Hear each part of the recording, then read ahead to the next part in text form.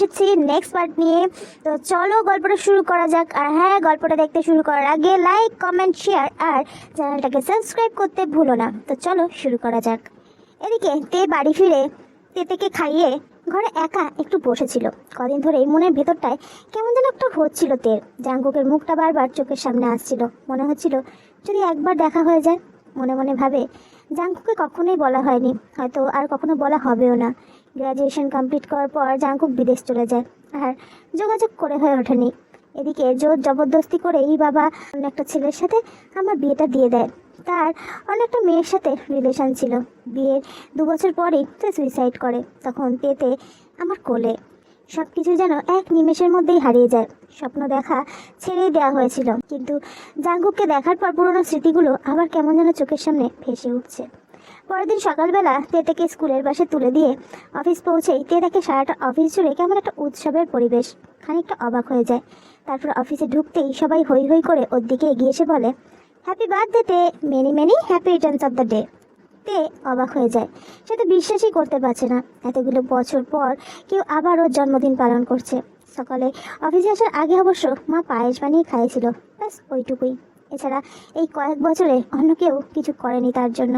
এতটা খুশি সে আগে কখনো হয়নি। চোখের কোণে জল এসে যায় তের। ন্যান্সি ওর কাছে এসে বলে, এই সব কিছু জাঙ্কুক স্যারের প্ল্যানতে, তুই তো বলিসনি আগে উনি তোর বন্ধু হন। তে কিছু বলতেই যাবে, তার আগে জাঙ্কুক এসে একটা বক্স তার হাতে ধরিয়ে দেয় আর জন্মদিনের শুভেচ্ছা জানায়। তারপর একে একে সবাই কিছু না কিছু গিফট দিয়ে সেখান থেকে চলে যায়। তের আজকের দিনটা অনেকটা স্পেশাল হয়ে গেছে জাঙ্কুকের জন্য। তে নিজের উত্তেজনাটা সামলাতে পারে না। জাঙ্কুককে জড়িয়ে ধরে বলে, thank you so much Jungkook.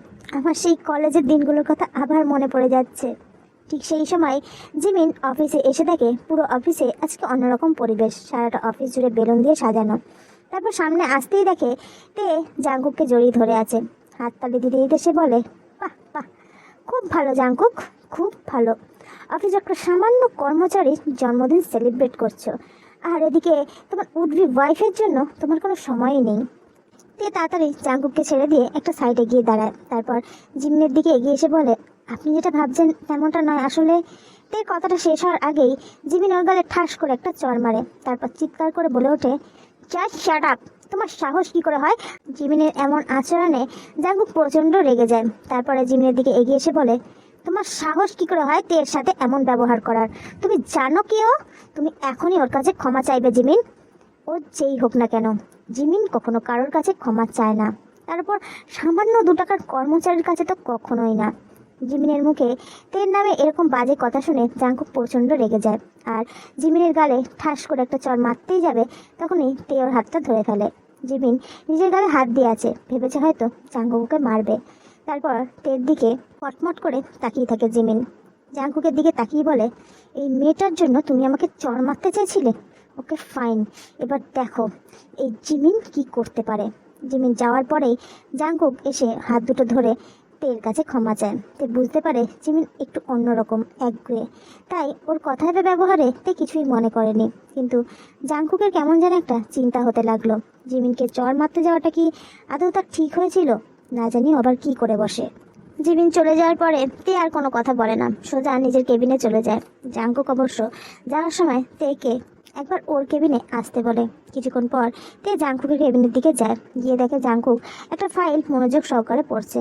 তেকে দেখে জাঙ্কুক ফাইলটা বন্ধ করে ওকে ভিতরে আসার জন্য বলে। তারপর ওর দিকে হাসি হাসি মুখ করে বলে, এই তোর সাথে আবার কিছু কথা আছে। আমি ঠিক করেছি আজকে তুই, আমি, তেতে আর তার বাবা 4 জন একসাথে একটা রেস্টুরেন্টে যাব তোর বার্থডে সেলিব্রেট করার জন্য। জাঙ্কুকের মুখে এমন একটা কথা শুনে তে খানিকটা অবাক হয়ে যায়। তে বুঝতে পারছে না সে এখন কি বলবে। তেকে চুপ থাকতে দেখে জাঙ্কুক আবারও জিজ্ঞাসা করে, এই তেতের বাবা বেঁচে নেই, 2 বছর আগেই মারা গিয়েছে। আমি আর তেতে আমার দাদা বৌদি আর মায়ের সাথে থাকি। সে কিভাবে? তারপর তে পুরো ব্যাপারটা তাকে খুলে বলে। কথাগুলো শুনে খানিকক্ষণ চুপ থেকে তের মুখের দিকে তাকিয়ে থাকে। চোখ দুটো তের বড্ড নিষ্পাপ। জাঙ্কুক মনে মনে ভাবে, নিজের বুকে এতটা কষ্ট নিয়ে এভাবে হাসি মুখে ঘুরে বেড়াচ্ছিস। সেই কলেজ থেকে আজ পর্যন্ত যখনই তোর সাথে কথা বলি মনে হয় তুই আমার সেই, যার সাথে আমি আমার সারাটা জীবন কাটাতে পারি। তারপর জাঙ্কুক বলে, কিন্তু এভাবে আর কতদিন চলবে? না মানে তেতেকে তো মানুষ করতে হবে, তোর একার পক্ষে কি এটা সম্ভব? কেন সম্ভব নয় জাঙ্কুক? সিঙ্গেল মাদার তো অনেকেই হয়। আমি ঠিক তেকে মানুষ করবো, তুই দেখে নিস। তের কথা শেষ হতেই জাঙ্কুক ওর হাতের উপর হাত রাখে। তের খুব ভালো লাগলো, মনে হলো যেন কেউ ভরসার হাত তার দিকে বাড়িয়ে দিয়েছে। সত্যি তো, তের তো কোনো দোষ নেই, স্বপ্ন তো সবারই দেখতে ইচ্ছা করে, কিন্তু কারো কারো দুঃখের জীবনটাই ভরে যায়। হঠাৎ তের মনে হয় আমাকে দুর্বল হলে চলবে না, জাঙ্কুকের সঙ্গে যত আমি কথা বলবো তত দুর্বল হয়ে যাব। তারপরে নিজের হাতটা ছাড়িয়ে নেয় জাঙ্কুকের থেকে। কিছু একটা বলতেই যাবে, তখনই জাঙ্কুক বলে, আচ্ছা তে, তুই আমাকে জাঙ্কুক জাঙ্কুক বলে কেন ডাকিস বলতো? তুই আমাকে কি বলে ডাকতিস সেটা ভুলে গেছিস? এত দুঃখের মাঝেও জাঙ্কুকের কথাটায় তের মুখে একটু হাসি ফুটে ওঠে। তারপর বলে, আমি যদি এখন অফিসের সবার সামনে তোকে ওই নামে ডাকি তাহলে সেটা কি তোর ভালো লাগবে? তার থেকে বড় জাঙ্কুকটাই ঠিক আছে। তারপর সে নিজের কেবিনে চলে যায়। জাঙ্কুক তাকিয়ে থাকে তের চলে যাওয়ার দিকে। তারপর ভাবে, আচ্ছা আমার কি তের পাশে দাঁড়ানোটা উচিত? আমি যদি এখন থেকে নিজের মনের কথাটা বলে দিই, ও কি মেনে নেবে? আমাকে কিছু একটা করতেই হবে। এভাবেই থেকে দুঃখের সাগর হেসে যেতে দেখতে আমি পারবো না। আমি তোকে বড্ড ভালোবাসিতে, আর জীবন যখন আমাকে আর একটা সুযোগ দিয়েছে, এই সুযোগ আমি কিছুতেই হাতছাড়া করব না। এসব ভাবতে ভাবতেই হঠাৎ জাঙ্কুকের ফোনটা বেজে ওঠে। দেখে কাকিমণি ফোন করেছে। মায়ের ভালোবাসা কাকে বলে সেটাই কাকিমণিকে না দেখলে হয়তো জাঙ্কুক বুঝতেই পারতো না, কারণ তার ছোটো মা সবসময় খালি তার আদেশ দেওয়ার মতো কথাবার্তা বলে। মনটা এমনিতেই ভালো ছিল, তার ওপর কাকিমণির ফোন দেখে মনটা আরও ভালো হয়ে যায়। ফোনটা রিসিভ করে বলে, হ্যাঁ কাকিমণি বলো, কি হয়েছে? জাঙ্কুক, জিমিনের বাবা মা এসেছিলেন। দিদি তোর আর জিমিনের এঙ্গেজমেন্টের দিন ঠিক করে ফেলেছে। আমার মনে হয় তোর আরও একটু ভাবা উচিত, মেয়েটা তোর জন্য একেবারে ঠিক নয়। হোয়াট? কি বলছো কি এসব কাকিমণি? ছোটো মতো একবার আমার মতামত জানার প্রয়োজন বোধ করলো না। জাঙ্কুককে উত্তেজিত হতে দেখে কাকিমণি তাকে বোঝানোর চেষ্টা করে যেন সে মাথা গরম না করে, ঠিকঠাক সিদ্ধান্ত নেয়। এদিকে তে বাড়িতে ফিরে দেখে ওর বৌদি আজকে তার সাথে খুব ভালো ব্যবহার করছে, এমনকি ওর জন্য শাড়িও কিনে রেখেছে জন্মদিনের উপহার হিসেবে। এসবের মাথা মুন্ডু কিছুই বুঝে উঠতে পারছে না তে, তবে ভালোবাসা তো কখনো পায়নি কারোর থেকে, একটু পেলেই মনটা ভরে ওঠে। তার পিছনে যে কোনো ছলনা আছে সেটা সে বুঝতে পারে না। রাতে ডিনার করে তেতেকে ঘুম পাড়ানোর সময় তেকে জড়িয়ে ধরে তেতে বলে, মামুনি মামুনি, আমার বাবাই পুরো একদম জাঙ্কুক আঙ্কেলের মতো, তাই না? তেতের মুখে এমন কথা শুনে তে অবাক হয়ে যায়। মেয়েটার জন্য তার খুব কষ্ট হয়। বাবার ভালোবাসা সে তো কখনো বুঝতেই পারলো না। তারপর ওর কপালে মুখে বলে, হ্যাঁ সোনা, তুমি এবার ঘুমিয়ে পড়ো, অনেক রাত হয়েছে। তেতে ঘুমিয়ে পড়লে তে ব্যালকনিতে এসে একটু বসে। মনে মনে ভাবে, আমার মনে কি কোথাও জাঙ্কুকের জন্য কোনো দুর্বলতা এখনও আছে? কলেজ থেকে জাঙ্কুকের কাছে গেলেই মনে হতো খুব আপন একজন মানুষ, আজকেও সেরকমই অনুভূতি হচ্ছে। কিন্তু আমার মতো একজন কখনোই জীবন জাঙ্কুকের যোগ্য নয়। জাঙ্কুক আজকে অনেকটা রাত করে বাড়িতে ফিরেছে। কাকিমণির কাছ থেকে কথাটা শোনার পর থেকেই মনটা খারাপ হয়ে রয়েছে। বাড়িতে ফিরে সোজা নিজের ঘরে চলে আসে ফ্রেশ হতে। তারপর ল্যাপটপটা নিয়ে বসে। বারবারই মনে হচ্ছে পরিস্থিতির সাথে তাকে লড়াই করতে হবে। তে কি আদৌ ওর ভালোবাসার প্রস্তাব স্বীকার করবে? না, আর কিছু ভাবতে পারছে না। চোখ বন্ধ করে একটু ঘুমানোর চেষ্টা করে। পরের দিন সকালবেলা উঠে তে দেখে ও মা মাসির বাড়িতে বেড়াতে গেছে। বৌদি রান্নাঘরে রান্না করছে। দৃশ্যটা দেখে তে খানিকটা অবাক হয়ে যায়। তারপর ওর বৌদি রান্নাঘর থেকে বেরিয়ে এসে বলে, তে কালকে যে শাড়িটা তোমাকে দিলাম সেটা পরে রেডি হয়ে নাও, কিছুক্ষণ পরেই তোমাকে দেখতে আসবে ছেলের বাড়ির থেকে। তে কথাটা শুনে চমকে ওঠে, পায়ের নিচ থেকে মাটি সরে যায়। এতক্ষণে বুঝতে পারে তার বৌদি কেন তার সাথে এতটা ভালো ব্যবহার করছিল কাল থেকে। তারপর বৌদির দিকে তাকিয়ে বলে, এসব তুমি কি বলছো? ছেলের বাড়ি থেকে দেখতে আসবে মানে? বৌদি রান্নাঘর থেকে বেরিয়ে এসে ওর কাঁধে হাত দিয়ে বেশ মিষ্টি মিষ্টি গলায় বলে, দেখো সারাটা জীবন তো এভাবে একা একা চলা যায় না, তাই না? আর তাছাড়া তোমার বয়সই বা কি? আর তার উপর মেয়ের দায়িত্ব নেবার জন্য কাউকে তো লাগবেই। কতদিনই বা দাদা বৌদির সংসারে এইভাবে থাকবে বলো? আমি কোনো বিয়ে ঠিক করবো না, বুঝতে পেরেছো? তাহলে তুমি এ বাড়িতে থাকতেও পারবে না। তোমাকে নিজের পথ নিজেকে দেখে নিতে হবে। বেরিয়ে যাও এখন এই বাড়ি থেকে। কথাটা শুনে তে তার বৌদির হাতটা সরিয়ে দেয়, নিজের রুমে চলে আসে। অসহ্য লাগে এসব কথাগুলো শুনতে। কেন একা মা মেয়ের দায়িত্ব নিতে পারবে না? ভালোই তো চলছে, চাকরি করছে, সব তো ঠিকই আছে, তাহলে কেন আবার বিয়ে করতে হবে? মনে মনে বলে ওঠে, অনেক হয়েছে, 2 বছর ধরে অনেক সহ্য করেছি, আর না, দরকার পড়লে একটা ঘর ভাড়া করে থাকবো, সেরকম হলে ওভার ডিউটি করব, কিন্তু এই বাড়িতে আর থাকবো না। আমার কোনো দামই এই বাড়ির কারোর কাছে নেই। সঙ্গে সঙ্গে ফোনটা নিয়ে ন্যান্সিকে ফোন করে। পুরো ব্যাপারটা খুলে বলতে ন্যান্সি বলে ওর বাড়িতে চলে আসার জন্য, আর এটাও বলে তারপরে ধীরে সুস্থে একটা ঘর দেখে না হয় সেখান থেকে চলে যাবে। তে জামা কাপড়গুলো গুছিয়ে নেয়। তারপর তেকে নিয়ে আর একটা ব্যাগ নিয়ে বাইরে বেরিয়ে আসে। তেকে এভাবে দেখে জেনে কিছুটা অবাক হয়। তারপর ওর দিকে এগিয়ে এসে বলে, হ্যাঁ হ্যাঁ যাও, আর কোনোদিন যেন তোমাকে এই বাড়িতে না দেখি। আমাদের একটু শান্তি দাও দয়া করে। তোমাদের জন্য আমাদের সংসারের অবস্থা অনেকটা খারাপ। বৌদি প্লিজ এভাবে বলাটা বন্ধ করো। আমি সত্যি সত্যি চলে যাচ্ছি, আর কখনো তোমাদের ডিস্টার্ব করতে আসবো না। তারপর দরজাটা খুলে বাইরে চলে আসে। জেনি মনে মনে ভাবে ফাঁচা গেল, আপত্তা হলে বিদায় হলো। রাস্তায় বেরিয়ে একটা ট্যাক্সি ডাকতেই যাবে, তখনই তেতে চিৎকার করে ওঠে, মামুনি, জাঙ্কুক আঙ্কেল। জাঙ্কুক গাড়ি থেকে নেমে ওদের দিকে এগিয়ে আসে। কি রে, কি হয়েছে? তুই এভাবে ব্যাগটা নিয়ে রাস্তায়, কি ব্যাপার? তে কিছু বলার আগেই তেতে জাঙ্কুকের কোলে উঠে যায়। তারপর বলে, আমরা বাড়ি থেকে বেরিয়ে এসেছি। মামিটা খুব পচা, মামুনিকে শুধু বকে জানো। সে কি, তুই এখন কোথায় যাবি তে? তে মুখটা একটু হাসি হাসি ভাব নিয়ে বলে, দেখা যাক, আপাতত ন্যান্সির বাড়িতে যাচ্ছি, তারপর দেখি কিছু একটা ব্যবস্থা করে ফেলবো। তুই চিন্তা করিস না, আমি ঠিক কিছু না ব্যবস্থা করেই নেব। হঠাৎই জাঙ্কুকের মাথায় একটা বুদ্ধি আসে। জাঙ্কুক খুব ভালো করেই জানে তেকে সোজাভাবে বললে কখনোই মানতে রাজি হবে না। তাই তেতের গাল টিপে বলল, তেতে শোনা, তুমি জাঙ্কুক আঙ্কেলের বাড়িতে যাবে?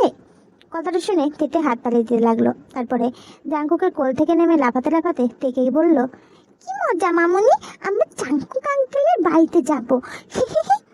তে চমকে ওঠে, বুঝতে পারে না জাঙ্কুক কেন তেকে এসব বলছে। তখনই ন্যান্সি ফোন করে জানায় ওর রুমমেট মেয়েটা ফিরে আসছে। তাই তে যেন অন্য কোনো ব্যবস্থা করে নেয়। তে ফোনটা হাতে নিয়ে হতাশ হয়ে দাঁড়িয়ে থাকে। জাঙ্কুক ওর কাঁধে হাত দিয়ে বলে, প্লিজ তে চল, বিশ্বাস কর আমি সব কিছু ম্যানেজ করে নেব, তোদের ওখানে কোনো অসুবিধা হবে না।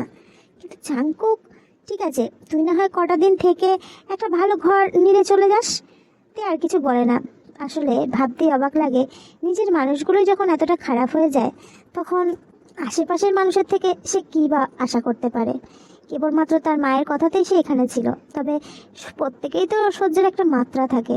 তারপর জাঙ্কুকের গাড়িতে তে আর তেতে উঠে বসে। জাঙ্কুক গাড়িটা স্টার্ট দেয়। কিছুক্ষণের মধ্যেই ফোন আসে। জাঙ্কুকের ছোটো মা জানায় জিমির বাবা মা আর জিমিন আসছে এঙ্গেজমেন্টের কথা বলার জন্য। জাঙ্কুক কিছু বলে না, চুপচাপ গাড়ি চালিয়ে এসে থামে জিয়ন মেনশনের সামনে। ওরা তিনজন এসে দাঁড়ায় দরজায়। কলিং বেলটা বাজাতেই একজন দরজাটা খোলে। জাঙ্কুক তে আর তেতেকে একসাথে দাঁড়িয়ে থাকতে দেখে জিমিন চমকে ওঠে, এ কি, তুমি এখানে? তেকে দেখে বঙ্গ চিনতে পারে, এটা ওনার প্রিয় ছিল। জাঙ্কুক তেকে নিয়ে এগিয়ে আসে। তারপরে সবার উদ্দেশ্যে বলে, এ হলো তে, আমার খুব ভালো বন্ধু, একটা বিপদের মধ্যে পড়েছে, তাই কয়েকটা দিন এখানেই থাকবে। জাঙ্কুকের কথায় জিমিন প্রচণ্ড রেগে যায় আর তের দিকে গটগট করে এগিয়ে এসে বলে, নো নেভার, এই মেয়েটা কখনো এখানে থাকতে পারে না, ওর জন্য তুমি আমাকে অপমান করেছিলে। জিমিনের কথা শুনে বাড়ির কেউই কিছু বুঝতে পারে না।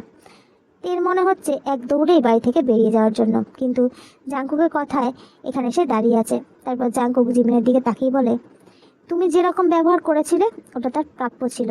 তে কেন, তুমি যদি অন্য কারোর সাথে ওই একই ব্যবহার করতে, তাহলে আমার তরফ থেকে রিয়াকশনটা একই রকম আসতো। বঙ্গ এত কথায় কান দেয় না, শুধু চিন্তা করেন তে মেয়েটা ভালো, বিপদে যখন পড়েছে পাশে দাঁড়ানোটা তার কর্তব্য। তাই উনি বলে ওঠেন, আজ থেকে তো এ বাড়িতেই থাকবে, এটাই আমার সিদ্ধান্ত, কারোর কোনো মতামত আমি শুনতে চাই না। জাঙ্কুক, তুমিও থাকার ব্যবস্থা করো। এরপরে জাঙ্কুকের কাকিমণি আর তার মেয়ে তে আর তেতেকে নিয়ে তাদের গেস্ট রুমের দিকে এগিয়ে যায়। এদিকে বঙ্গর সিদ্ধান্তে জাঙ্কুকের ছোট মা একদমই খুশি হয়নি। হঠাৎ করে একটা উটকো মেয়েকে বাড়িতে আনা মোটেই ঠিক হয়নি জাঙ্কুকের। এসব জ্ঞান তিনি জাঙ্কুককে দিয়ে যাচ্ছেন। জাঙ্কুক কোনো কথাই কান দিচ্ছে না। উঠে চলে যাওয়ার আগে বঙ্গ বলেন, জাঙ্কুক, কালকে বাড়িতে একটা পার্টি আছে, তুমি এমডি হিসেবে নতুন অফিসে জয়েন করেছো, সেই উপলক্ষে আমি চাই তুমি সেখানে থাকো। জাঙ্কুক মাথা নাড়িয়ে নিজের ঘরে চলে আসে। এদিকে জিমিন তো প্রচণ্ড রেগে আছে। ওর মনে হচ্ছে তে ইচ্ছে করেই জাঙ্কুকের গলায় ঝুলে পড়তে চাইছে। একদম যেন সহ্য করতে পারছে না এই তেকে।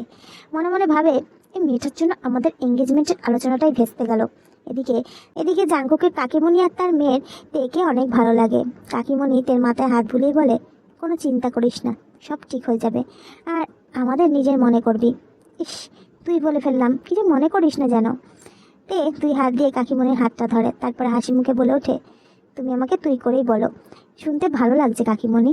আর এদিকে কাকিমণির মেয়ে লিসা তেতেকে নিয়ে খেলতে ব্যস্ত। তেতে খুব মজা পেয়েছে। আসলে ওর প্রথম থেকেই জাঙ্কুককে অনেক পছন্দ, বেশ বাবা বাবা মনে হচ্ছে।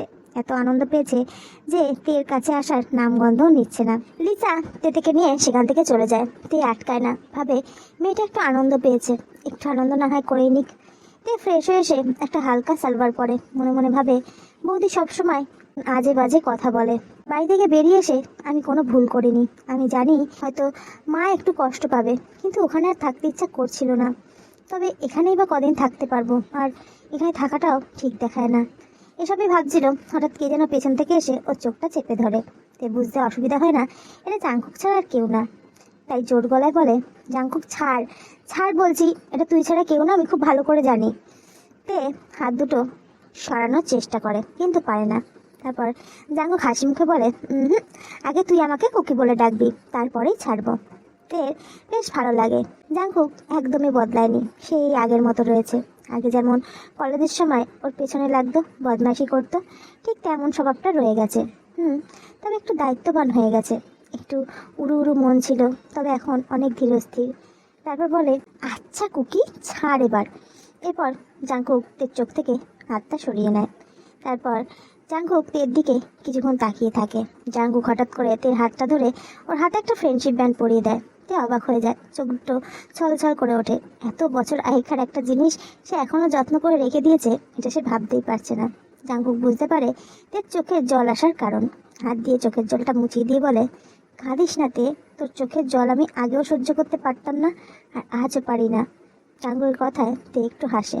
তারপর জাংকুকও হাসে আর নিজের হাতটা বাড়িয়ে দেয়। তে বুঝতে পারে জাংকুক হাত কেন বাড়িয়ে দিয়েছে, তাই নিজের ব্যাগ খুলে একটা ফ্রেন্ডশিপ ব্যান্ড বার করে জাংকুকের হাতে পরিয়ে দেয়। জাংকুক তের হাতটা শক্ত করে ধরে আছে আর মনে মনে ভাবছে, যদি এই হাতটা সত্যি আমি সারাটা জীবন ধরে রাখতে পারতাম, আমার ভালোবাসা দিয়ে তোর জীবনটা ভরে দিতে পারতাম, সেদিন সব থেকে সুখের দিন হতো আমার।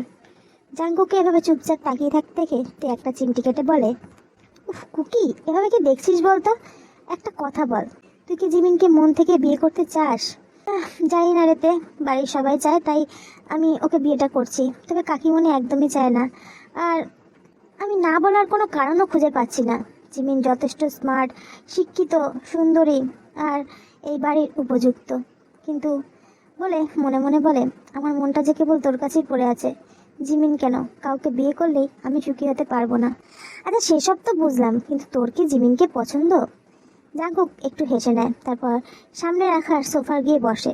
তের দিকে তাকিয়ে বলে, আমার পছন্দ কেমন সেটা কি তোকে আলাদা করে বলে দিতে হবে? তে বুঝতে পারে না জাংকুকের কথার মানে, ফ্যাল ফ্যাল করে তাকিয়ে থাকে জাংকুকের দিকে। তারপর জাংকুক কথাটা ঘুরিয়ে দিয়ে বলে, যাই হোক, যেটা বলতে আসা, কালকে সকালবেলা অফিস যাওয়ার সময় শপিং মলে যাব। সন্ধ্যাবেলা যেহেতু পার্টি আছে তাই তোর জন্য একটা ড্রেস কিনতে হবে। আরে দূর, আমার এসব কিছু লাগবে না, যা আছে তাতেই যথেষ্ট। জাংকুক দেখ, এরকম পরিস্থিতি, তার মধ্যে তুই এসব কিছু করিস না। তুই চুপ করে থাক, যেটা বললাম সেটাই করবি, বেশি কথা বলবি না। আমার বন্ধুকে আমি শপিং করাতে নিয়ে যাব, এতে মাঝখানে তুই কেন কথা বলছিস? দুজনে কথাই বলছিল, এমন সময় জাংকুকের ফোনটা বেজে ওঠে। ফোনটা পকেট থেকে বার করে দেখে তার সব থেকে কাছের মানুষ তাকে ফোন করেছে। মুখটা আনন্দে ভরে ওঠে। ফোনটা রিসিভ করে বলে, কি ব্যাপার বলতো, তোর তো কোনো খবরই নেই, আসছিস কবে? ফোনের অপর প্রান্ত থেকে আরেকজন বলে, খুব তাড়াতাড়ি আসবো দাদা ভাই, অ্যাকচুয়ালি আমি ভাবছি কালকেই যাব। সেটা হলে তো খুব ভালোই হবে, কালকে বাড়িতে একটা পার্টি আছে, তুই তার আগেই চলে আয়। ফোনের অপর প্রান্ত থেকে ছেলেটি বলে, আচ্ছা দাদা ভাই, পৌঁছে যাব, এখন রাখলাম, পরে কথা হবে। ফোনে কথা বলা শেষ হয়ে গেলে জাংকুক বাই বলে চলে আসতেই যাবে, দেখে তেতে দরজায় দাঁড়িয়ে আছে। তারপর ওকে কোলে নিয়ে একটু আদর করে সে সেখান থেকে চলে আসে। পরদিন সকালবেলা তে একটা হালকা সবুজ কালারের সালোয়ার পরে আর তেতেকে স্কুলের জন্য রেডি করে বেরোতেই যাবে, তখনই জাংকুকের ছোটো মা ওদের সামনে এসে দাঁড়ায়। তে খানিকটা চমকে যায়। ছোটো মা কেমন যেন একটা দৃষ্টিতে তার দিকে তাকিয়ে আছে। তাও একটু হাসি হাসি মুখে বলে, নমস্কার আন্টি, কালকে তো আপনার সাথে ভালো করে আলাপই করা হয়নি। জাংকুকের ছোটো মা তেতের গালটা একটু টিপে ধরে। তারপর তের দিকে তাকিয়ে হাসি হাসি মুখে বলে, তুমি আমাদের অফিসের মানে জাংকুকের পিয়ে, তাই তো? হ্যাঁ, তবে আমি আর জাংকুক কলেজের বন্ধু, আমরা একসাথেই পড়াশোনা করেছি। না না না না না, ওকে জাংকুক বলবে না, স্যার বলবে। হতে পারো তোমরা বন্ধু, কিন্তু তুমি এখন একটা সামান্য কর্মচারী ওর অফিসের। আমার মনে হয় তোমার ওই পরিচয়টাই এখন আসল। আর যত তাড়াতাড়ি সম্ভব একটা ভালো বাড়ি দেখে চলে যাও, কেমন? অফিসের কর্মচারী বাড়িতে থাকলে সেটা খুব একটা ভালো দেখায় না। আর তাছাড়া তোমাকে দেখে ভদ্র বাড়ির মেয়ে বলেই মনে হয়, তাই হয়তো এ বিষয়ে তোমাকে আর কিছু বুঝিয়ে বলতে হবে না। দরকার লাগলে আমাকে বলতে পারো, আমি না হয় তোমাকে একটা বাড়ি খুঁজে দেবো। তে অবাক হয়ে আছে, ভাবতেই পারেনি জাঙ্কুকের ছোট মার সাথে এভাবে কথা বলবেন। তাও নিজেকে শান্ত করে এটা ভেবে যে এই বাড়ির বাকি মানুষগুলো অনেকটাই ভালো, আর তাছাড়া নিজের মানুষগুলোই তাকে তাড়িয়ে দিয়েছে, এদেরই বা কী দোষ। আপনি কোনো চিন্তা করবেন না আন্টি, আমি খুব তাড়াতাড়ি বাড়ি ফিরে চলে যাব। তে চল, তে থেকে স্কুলে পৌঁছে তারপর অফিস যাব। ছোট মা অবাক হয়ে যায় জাঙ্কুকের আচরণ দেখে, খানিকটা বিরক্তি নিয়ে বলে, তুমি আর তে একসাথে অফিসে যাবে নাকি? এটা খুব খারাপ দেখায়। যতই হোক ও সামান্য একটা কর্মচারী, সবার আগেও আমার বন্ধু ছোট মা, তারপর বাকি সব কিছু। এখন আমরা আসলাম। তেকে আর কিছু কথা বলার সুযোগ দেয় না, হাত ধরে টানতে টানতে সিঁড়ি দিয়ে বাইরে নিয়ে চলে আসে। ছোট মা আশ্চর্য হয়ে যাচ্ছে, এই জাঙ্কুক কখনো ওর মুখের উপর কথা বলেনি, আর আজ একটা মেয়ের জন্য ওর সাথে খারাপ ব্যবহার করছে। গাড়ি করে ওরা প্রথমে তেকে স্কুলে নামিয়ে দেয়, তারপর জাঙ্কুক তেকে নিয়ে একটা শপিং মলে যায়, কিছুটা শপিং করে, যদিও তে কিছুই নিতে চাইছিল না। তারপর সেখান থেকে সোজা এয়ারপোর্টে চলে যায় তার ভাইকে রিসিভ করার জন্য। সুগা ডাকটা শুনতেই তার ভাই পিছন ফিরে তাকায়। দাদা ভাই তুই? আমি তো জাস্ট ভাবতে পারছি না তুই আমাকে নিতে আসবি। হেই, এই বিউটিফুল লেডি, তুমি কে? তোমাকে তো ঠিক চিনতে পারলাম না। তুমি নিশ্চয় জিমিন? না সুগা, ও আমার বেস্ট ফ্রেন্ড তে, ওরফে তেয়ং। আর তে ও হলো আমার পাগল টাইপের একটা ভাই। সুগা সুগা প্রচণ্ড অবাক হয়ে যায়, সে ভাবতেই পারে না তার এই চুপচাপ শান্ত প্রকৃতির দাদা ভাই এত মিষ্টি একটা বান্ধবী থাকতে পারে। খানিকটা হেসে বলে, আমি সত্যি শকড হয়ে গেছি, তোর মতো একটা আনরোমান্টিক মানুষের এমন মিষ্টি একটা বান্ধবী কী করে থাকতে পারে দাদা ভাই। তে সুগার কথায় মন খুলে হেসে ওঠে। অনেকদিন পর তেকে এভাবে হাসতে দেখছি জাঙ্কুক বেশ ভালো লাগায় ভরে ওঠে। সুগা হাসতে থাকা তেকে লক্ষ্য করছে, মনে মনে ভাবছে কত নিষ্পাপ এই মেয়েটার হাসিটা। তারপর তে হাসি থামিয়ে বলে, সুগা বাবু, আপনার দাদাভাইকে সামনে থেকে যতটা শান্ত মনে হয়, ভেতর থেকে কিন্তু ততটাই চঞ্চল আর অন্যরকম। Wait wait wait wait wait, এসব বাবু টাবু বলবে না, জাস্ট সুগা বলবে, ওকে? আচ্ছা বেশ, তো চলো এবার যাওয়া যাক। তো গাইস, সুগার এন্ট্রি তো হয়ে গেল, তো এবার গল্পটা অন্যদিকে হয়তো ঘুরে যাবে। তো অপেক্ষা করার পরের এপিসোডের জন্য। আর ভালো লাগলে লাইক, কমেন্ট, শেয়ার আর চ্যানেলটিকে সাবস্ক্রাইব করতে কিন্তু ভুলো না, ওকে? আমিও।